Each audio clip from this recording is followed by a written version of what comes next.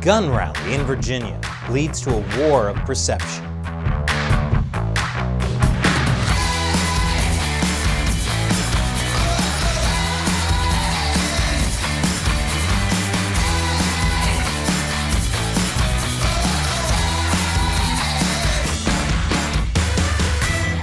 Welcome back to America Uncovered. I'm Chris Chappell. On Monday, there were massive protests outside the Virginia State Capitol building.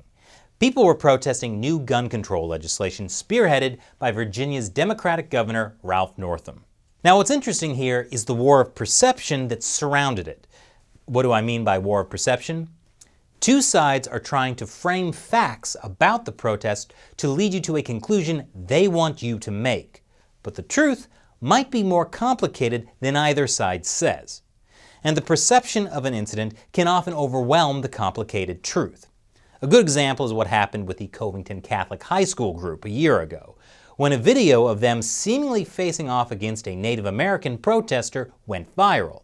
Media reports initially framed this story as a video of white, Trump-supporting high schoolers mocking a Native American man. But it turned out the real story was more complicated, including the fact that the Native American protester had approached the boys, that the boys were being harassed by a separate group of black Hebrew Israelite protesters, and that other video shows the boys chanting along with and clapping for the protester.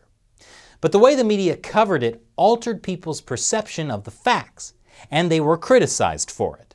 So what about Monday's gun rally in Virginia? Well, here are the facts. Gun control became a huge issue in Virginia's legislative election last year after a gunman killed 12 people in Virginia Beach. National gun control groups spent millions of dollars supporting Democrats who won control of the state, House, and Senate. The NRA only gave $200,000. Obviously, they should have spent more money. Now, Governor Ralph Northam has been pushing for new gun laws, including universal background checks, a limit on how many handguns you can buy in a month, and a ban on assault weapons. Like I said, Democrats in Virginia now have control of both the state House and Senate, as well as the governorship. That hasn't happened since 1994, so it's likely a lot of these bills will pass. So on Monday, tens of thousands of people showed up at the Virginia State Capitol to protest the new gun laws. Okay, those are the facts. How you interpret those facts, that's the goal of this war of perception. Ahead of the protests, Governor Northam declared a state of emergency that would ban guns on the Capitol grounds. Why? His executive order claimed armed militia groups planned to storm the Capitol. White nationalists would be there too. They're coming to intimidate and cause harm. State intelligence analysts have identified threats and violent rhetoric similar to what has been seen before other major events such as Charlottesville. Man, Charlottesville 2.0. Will there ever be a day when I can throw my annual tiki parties again? What's that, Shelley? Okay is now a hate symbol? Man, people will get offended by anything these days. I guess I'll have to switch from tiki torches to lowercase t's. T for terrific, as my parties are. And days before the event, the FBI arrested 3 alleged white supremacists who were planning to attend. Governor Northam used that report as further justification for declaring a state of emergency, and the Richmond Circuit Court upheld his executive order. So was Governor Northam concerned about legitimate threats of mass violence at the protest, something that any governor should take seriously?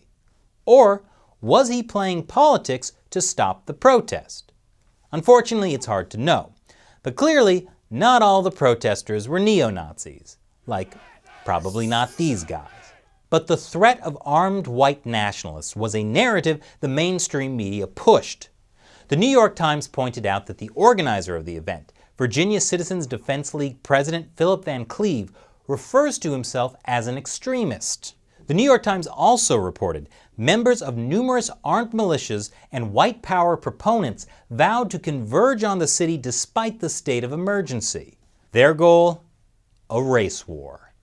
Various extremist organizations or their adherents are calling Monday's rally the Boogaloo. In the lexicon of white supremacists, that is an event that will accelerate the race war they have anticipated for decades. Wow, this really is Charlottesville 2, Electric Boogaloo. Except it's way worse than the original because activists too far right for Charlottesville were going to attend. Now on the flip side, Here's how the protesters tried to spin the war of perception. They say Governor Northam's anti-gun bills are incredibly unpopular. 87 out of 95 counties in Virginia said they would be sanctuary counties where they would not enforce new gun laws. The NRA created this video showing the protesters were just your average law-abiding American citizens who just want to protect themselves. So their argument is, if it's your average law-abiding American citizen coming out to protest, why issue a state of emergency to fight people who aren't breaking any laws? They have the right to peaceably assemble. They have the right to bear arms. Except for my Uncle Nick. That's not okay, Uncle Nick. But wasn't the event organized by a self-proclaimed extremist? Well, the New York Times kind of took that out of context. He wrote this letter to the editor, where he said there's nothing wrong with being extreme in the preservation of our civil rights. So was lumping him in with white nationalist neo-Nazis part of some grand conspiracy to take away your guns? Well, that's basically what Virginia's Republican state senator said on her Facebook account. She said, "We are being set up. If people show up wearing any kind of uniform, patch, or other symbol on their clothes signifying they belong to a militia and something goes wrong, you could/will be held as a domestic terrorist." The governor, using the media, has already set the stage for this to happen. He has already laid the groundwork to make the entire movement look like insurrection. It will be used to put the rest of the nation on notice of what will happen to you if you resist. So that's how pro-gun rights protesters and supporters are framing it. President Trump even tweeted, "Your Second Amendment is under very serious attack." Is that really true? Well, statements by Governor Northam haven't exactly helped. According to the Washington Post, asked whether he supports confiscating assault weapons from gun owners, Northam demurred. "That's something I'm working on with our Secretary of Public Safety." So that sounds like he is working on a plan to possibly confiscate assault weapons from gun owners? One problem is there is no legal definition of assault weapons. And that means, according to a law professor at UCLA, it is hard for legislators to effectively regulate them without banning half the handguns in the country and many hunting rifles as well. So when Governor Northam says he's working on confiscating assault weapons, gun owners fear that could mean anything could be taken, even assault weapon. Don't throw one of these at a protest. Please don't shoot me. Matt wrote that joke. Governor Northam has also threatened Virginia's sanctuary counties, which again is most of Virginia, saying that if we have constitutional laws on the books and law enforcement officers are not enforcing those laws on the books, then there are going to be consequences. Virginia's Democratic representative Donald McEachin was a little more specific. They certainly risk funding because if the sheriff's department is not going to enforce the law, they're going to lose money. Yeah, how dare they talk about creating sanctuary cities because they think the law is unjust. Rep. McEachin went so far as to say if these counties still resist new gun laws, they may have to nationalize the National Guard to enforce the law. Some legal experts say that is possible.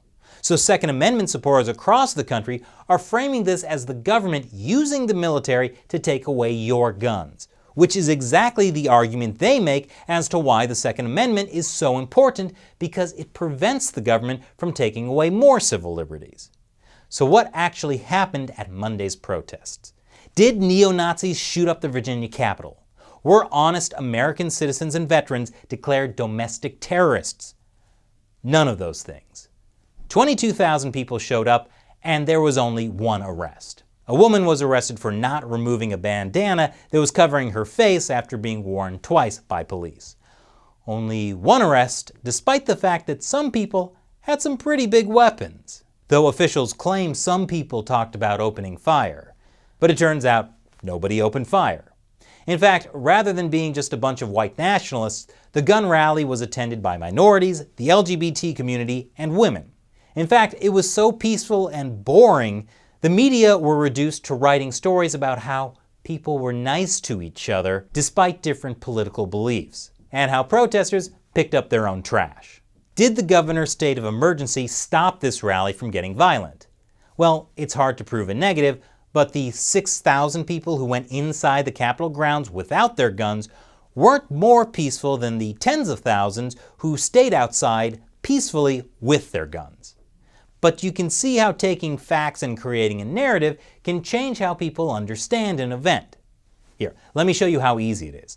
Okay, so a few months ago, this photo from Governor Northam's 1984 medical school yearbook surfaced. He admitted to either being the guy in blackface or the KKK member and apologized. Later, he said, "Nah, that wasn't me. When I apologized, I was apologizing for that photo being on my yearbook page."